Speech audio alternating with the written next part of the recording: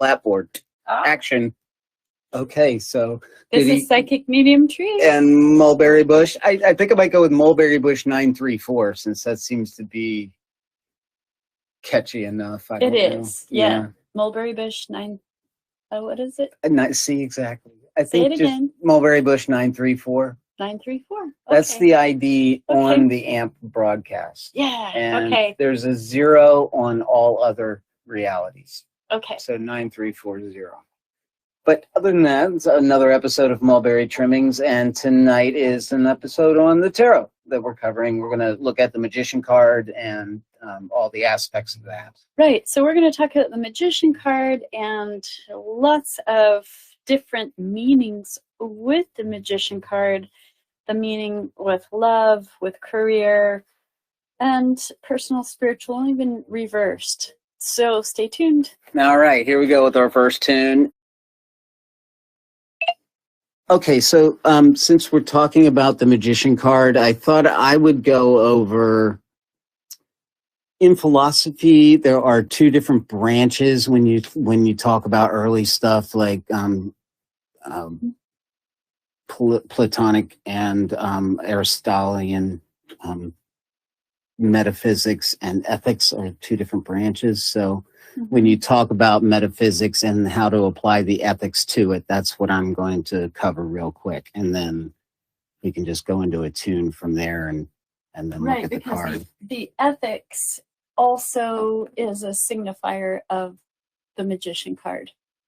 It is. Yes. That's true. Yeah. So, tell us about that. I think in the journey of the Fool and the Tarot, the Magician card is actually the Fool now going from that to the next step up, which learns that there are tools in making the decisions on the coming force that you're going to be aware of. I think that's kind of how the Magician card rules for me. Right. So I'll go over some of the basics of ethics here. The nature of white, gray, and black magic. Metaphysics is concerned with being qua being, or the primary sense of reality. Ethics is concerned with the goodness of persons or the rightness of actions. Per Aristotle's writings, Socrates gave us concepts of ethics. At the time it was called politikos. The study of ethics helps us interact with each other and decide whether something we do, say, choose, or think is right or wrong. In other words, our ethical code can be defined as our values, white, gray, or black.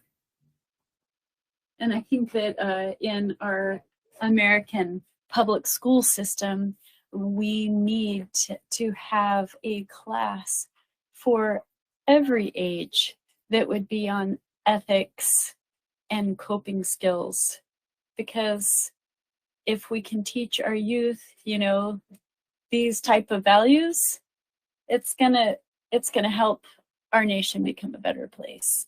That's true. Yeah. And there's going to be a link on the YouTube page for this episode.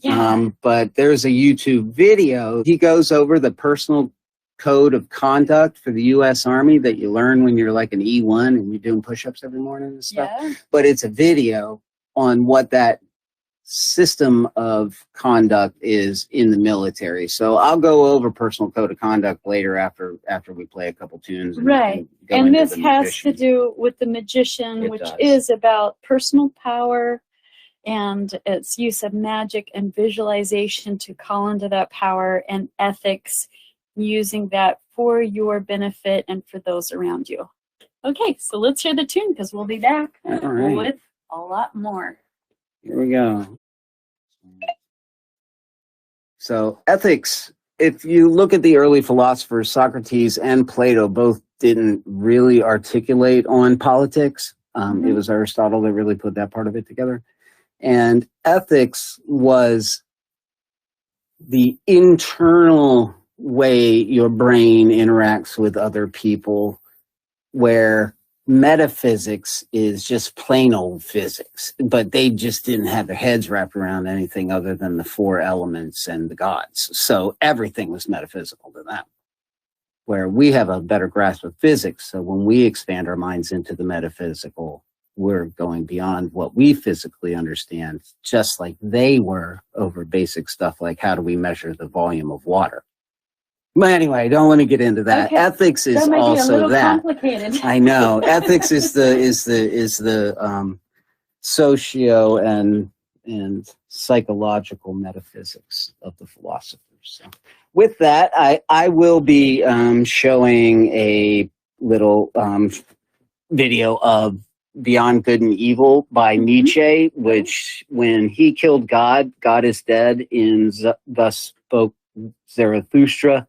He followed it up with be free from sin. There's no such thing as good and evil either. So with that, you have to keep that in mind when you start looking at Aristotelian ethics and what the ethics represents as systems of thought. Yes, but I completely code.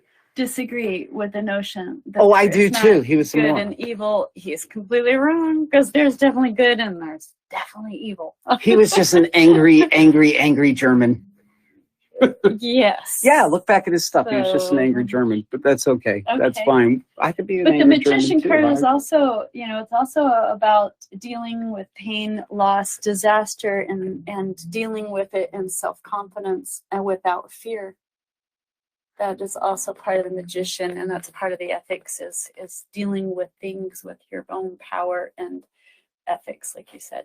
That is true. Getting through it in a good way. And to properly manage it. And this show doesn't cater to me going into detail about the ethics and how all that works. That's more for the Pandora stuff, because I can really go into a lot more personal. And I'm going to include the magician card stuff that you're saying here in that too. Okay. And so I'm going to go ahead and read off the rules that apply to the concept of ethics, and that's where you get what's called value systems, and those value systems are what you use to make a personal code of conduct, and that's how you put yourself out to the world, right? You might like computers and be really into computers, so your value system is based on that.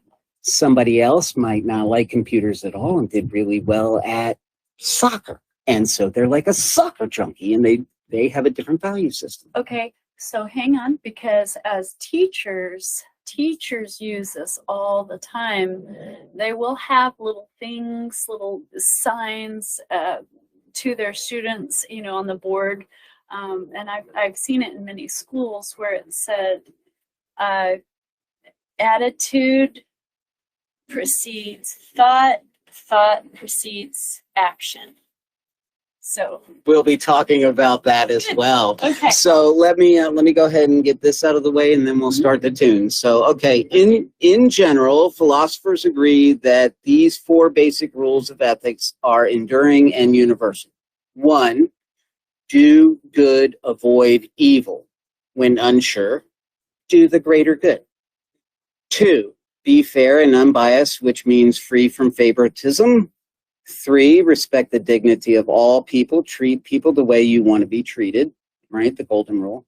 4, take and be responsible for your thoughts and conduct. Okay, so with that, per Aristotle, these are the 11 virtues that we each have in different degrees or levels of how well or not well we look at these in establishing our value system, right? Okay, so we got courage, temperance, liberality, magnificence, that's a cool one, right? Magnanimity, that's a good one too. I love that one. Proper ambition, truthfulness, witness, friendliness, modesty, and righteous indignation. So with that in the 11, I'm going to go ahead and start the next song, which is really mellow, but it's from the best science fiction movie ever. So here we go. Okay, and we're back. I have one more section on the PCC itself that I took notes from the Army stuff that's on there. And I was going to read from the Masonic ritual the symbols of the Master Mason degree that apply to ethical code in metaphysics. Oh, that sounds fun. Okay, let's hear it. Okay. Mhm. So a PCC, personal code of conduct, is a list of values that a person follows. These behaviors are guidelines we follow to do the right thing, quote unquote. The PCC guides and motivates your attitude about the worth of people, concepts, and things. The PCC should influence the choice you make in the relationships you build, the actions you take. The stronger you are connected to your values, the more committed you are to upholding them. In blah, blah, blah. And then it says, see the screen print from Duncan's Rituals, which is right here, which Yes. I have in my hand. Here, you can see the Duncan's Ritual version. Yeah. And it's interesting you're talking about that because, reversed, the moon card shows that that Magic somebody does not have ethics, and it is almost the reversed, that there's going to be some shady dealings or something you can't trust. It's not taking pictures of it right now for some reason. Oh, because my battery in is the low. Straight up, it's personal power and confidence and ethics. It does include all those things. That is true. Mm-hmm. All right, so let me go ahead and just read this off, and then I'll play the last tune, which is "Clockwork Angels" by Rush.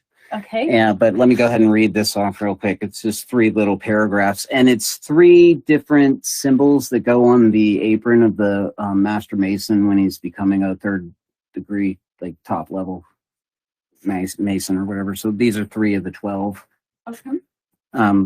Which I've been covering in some of my Pandora stuff. So I'm making a clip of this recording as well. So here we go. The Book of Constitutions, guarded by the Tyler's sword, reminds us that we should be ever watchful and guarded in our thoughts, words, and actions, particularly when before the enemies of Masonry, even bearing in remembrance those truly Masonic values of silence and circumspection. Circumspection is actually looking inward at yourself. That's the ethical part of it, right? So you look inward at the ethics, and the Book of Constitutions is the rules of we the people, of the lodge, etc. Really? etc. Oh yeah. Our Constitution is very similar to the actual American Constitution. It's weird how that worked out. So, all right, so the second symbol, the sword pointing to a naked heart, demonstrates that justice will sooner or later overtake us, and although our thoughts, words, and actions may be hidden from the eyes of man, yet that third symbol, the all-seeing eye, whom the sun, moon, and stars obey, and under whose watchful care even comets perform their stupendous revolutions, pervades the inmost recesses of the human heart and will reward us according to our merits. Very nice. Yes. Very well said. And with that, I'll go ahead and rush into Rush. Okay, but wait. I have to ask you, well, how many magicians does it take to make magic? 2 or more. Just one will do the trick. Oh, dang.